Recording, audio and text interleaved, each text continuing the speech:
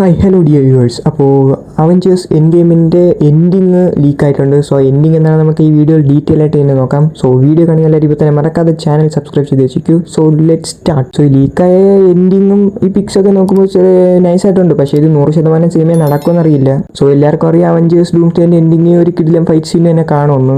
ഇതുവരെ മാർവലിൽ വന്ന ഏറ്റവും വലിയ ഫൈറ്റ് സീക്വൻസ് നമ്മൾ കണ്ടിട്ടുള്ള അവഞ്ചേഴ്സ് എൻഡ് ഗെയിമിലാണ്. സോ അതിനേക്കാളും വലിയൊരു ഫൈറ്റ് സീക്വൻസ് അവഞ്ചേഴ്സ് ഡൂംസ്ഡേ ക്ലൈമാക്സിൽ കാണുമെന്നാണ് ഇപ്പോൾ റൂമേഴ്സ് ഒക്കെ വരുന്നത്. സോ ഈ ഫൈറ്റ് സീൻ സംഭവിക്കാൻ പോകുന്നത് ഡൂമിന്റെ സ്വന്തം കൺട്രിയായ ലെറ്റ്വീരിയയിലാണ്. ആ ഫൈറ്റിൽ അവഞ്ചേഴ്സും എക്സ്മെൻ ആൻഡ് ഫാന്റാസ്റ്റിക് ഫോർ എല്ലാവരും ഉണ്ടായിരിക്കും. സോ മൊത്തത്തിലുള്ള സീൻസ് അങ്ങനെ ഇതായില്ല. ചില ആ സീൻസിലുള്ള ഇടയ്ക്കിടയ്ക്കുള്ള സീൻസ് ഒക്കെയാണ് ലീക്ക് ആയിട്ടുള്ളത്. സോ എല്ലാം ഡീറ്റെയിൽ ആയിട്ട് തന്നെ നോക്കാം. സ്റ്റാർട്ടിങ് വിത്ത് തോറിന് ഡൂമിനെ ഡിഫീറ്റ് ചെയ്യാൻ പറ്റാതെ പവർ വീക്ക്നെസ് ആയിട്ട് ഓഡിൻ, അതായത് തോറിനെ അച്ഛനെ ഓഡിൻ്റെ അടുത്ത് പവേഴ്സ് ഒക്കെ ചോദിക്കും. അങ്ങനെ ഓഡിൻ തോറിന് ഹെൽപ്പായിട്ട് ലേഡി തോറിനെയും ഹെയിൻഡോളിനെ അയക്കും. സോ അവർ രണ്ടുപേരും ഇപ്പോൾ മരിച്ചു കഴിഞ്ഞു. അവരിപ്പോൾ വൽഹാലയിലാണ്. സോ അവരെങ്ങനെയാണ് ഇപ്പോൾ ഈ ക്ലൈമാക്സ് ഡൂംസ്ഡേയിലും പറ്റി വന്നതെന്നറിയില്ല. ചിലപ്പോൾ ഓഡിൻ്റെ പവേഴ്സ് വെച്ച് തന്നെ ഓഡിൻ ഇട്ടതായിരിക്കാം. സോ ഈ ഫൈനൽ ഫൈറ്റ് നടന്നുകൊണ്ടിരിക്കുന്ന ആ സെയിം ടൈമിൽ തന്നെ ഇൻകർഷൻ ഇവന്റ് ഒരു സൈഡ് നടന്നുകൊണ്ടിരിക്കും. സോ ഇപ്പോൾ MCയിലുള്ള എല്ലാ യൂണിവേഴ്സും ഒന്നിനോടൊന്ന്, അതായത് ഇപ്പോൾ ഫേമസ് ആയിട്ടുള്ള എല്ലാ യൂണിവേഴ്സും ഒന്നിനോടൊന്ന് കൊളൈഡ് ആയിക്കൊണ്ടിരിക്കും. അത് സംഭവിക്കുന്നതിന്റെ ഇടയിലാണ് ഈ ഫൈറ്റ് തന്നെ നടക്കുന്നത്. ആൻഡ് പിന്നെ കിട്ടിയ ലീക്സ് ഒക്കെ നോക്കുമ്പോൾ സെൻട്രി ഡൂമിന്റെ ടീമിൽ ചേരുമെന്നാണ് പറയുന്നത്. സെൻട്രീനെ ഡൂം യൂസ് ചെയ്യുന്നത്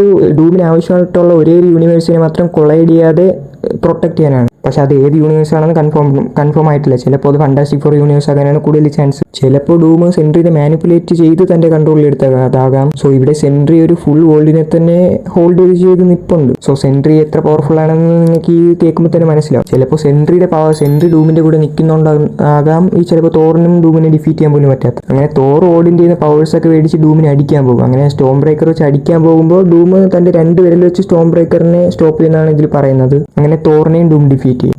ഇതൊക്കെ കേൾക്കുമ്പോൾ ഡൂമിനെ കാണുമ്പോൾ തന്നെ കുറച്ച് ഓവർ പവർഡ് ആയിട്ട് തന്നെ കാണിക്കുന്നതാണ് തോന്നുന്നത്. തോറിന്റെ കൂടെ ലേഡി തോറും ഉണ്ട്, പിന്നെ ഹെയിംഡാലും ഉണ്ട്. അവർക്ക് പോലും ഒന്നും ചെയ്യാൻ പറ്റുന്നില്ല. പിന്നെ ന്യൂ ക്യാപ്റ്റൻ അമേരിക്കയും പിന്നെ ഓൾഡ് ക്യാപ്റ്റൻ അമേരിക്ക സ്റ്റീവ് റോജേഴ്സും കൂടെ ഡൂമിനെ അടിക്കാൻ നോക്കും. പക്ഷെ അവർക്കും ഒന്നും ചെയ്യാൻ പറ്റത്തില്ല. പിന്നെ എക്സ്മെൻ ടീമിലെ നൈറ്റ് ക്രോളറിനെയും മെഗ്നീറ്റോനെയും ഡൂം കൊടൂരമായി കൊല്ലുമെന്നും ഈ ഇതിലോട്ട് തന്നിട്ടുണ്ട്. ആൻഡ് ബാക്കിയുള്ള ടീംസായ അവഞ്ചേഴ്സും എക്സ്മെനും കൂടെ ഡൂമിനെ അടിക്കാൻ വേണ്ടി പോകുമ്പോൾ സെൻട്രി മുന്നിൽ നിന്ന് അവരെ തൊടാൻ പോലും വിടത്തില്ല. എന്നിട്ട് സെൻട്രി ഫാന്റാസ്റ്റിക് ഫോറിലെ ഹ്യൂമൻ ടോർച്ചിനെയും പിന്നെ അതിലുള്ള തിങ്ങിനെയും കൊല്ലും. ഇതൊക്കെ കേൾക്കുമ്പോൾ കുറച്ച് ഡാർക്ക് ആയിട്ട് തന്നെ തോന്നുന്നു. പിന്നെ ഡൂമിന്റെ താഴെ കുറച്ച് വിച്ചസിനെയൊക്കെ ഡൂം സെറ്റ് ചെയ്ത് വെച്ചിട്ടുണ്ട്. അവരാണ് ഡൂമിന് നിർത്താതെ പവേഴ്സ് കൊടുത്തുകൊണ്ടേയിരിക്കും. സോ മാജിക് നൈസായിട്ട് ഡൂമിനെ ഉപയോഗിക്കാൻ പറ്റും ബാറ്റിൽ. അങ്ങനെ ഈ മൾട്ടിവേഴ്സൽ വാർ തീർന്നതിന് ശേഷം പിന്നെ മരിക്കാത്ത ചില സൂപ്പർ ഹീറോസിനെ എല്ലാം ഫാന്റാസ്റ്റിക് ഫോറിലെ ക്യാപ്റ്റൻ റീഡ് റിച്ചർഡ്സ് തന്റെ ലൈഫ് റാഫ്റ്റിൽ കയറ്റി ലെറ്റ്വീരെ വിട്ട് രക്ഷപ്പെടും. ചിലപ്പോൾ അവരെയും കൊണ്ട് റീഡ് റിച്ചർഡ്സ് ക്വാണ്ടം റെലത്തിൽ പോയി കാണാം. അതിനാണ് കൂടുതൽ ചാൻസ് ഉള്ളത്. പക്ഷേ ഒരു സൈഡ് ഇൻസൈഡേഴ്സ് പറയുന്നത് റീഡ് റിച്ചർഡ്സ് നേരെ അവരെയും കൊണ്ട് വോയിഡിലോട്ട് പോയെന്നാണ് പറയുന്നത്. സോ ഈ വാറൊക്കെ തീർന്നതിന് ശേഷം ഫുള്ള് മൾട്ടിവേഴ്സ് തന്നെ കൊളാപ്സ് ആകും. സെൻട്രിക്ക് പോലെ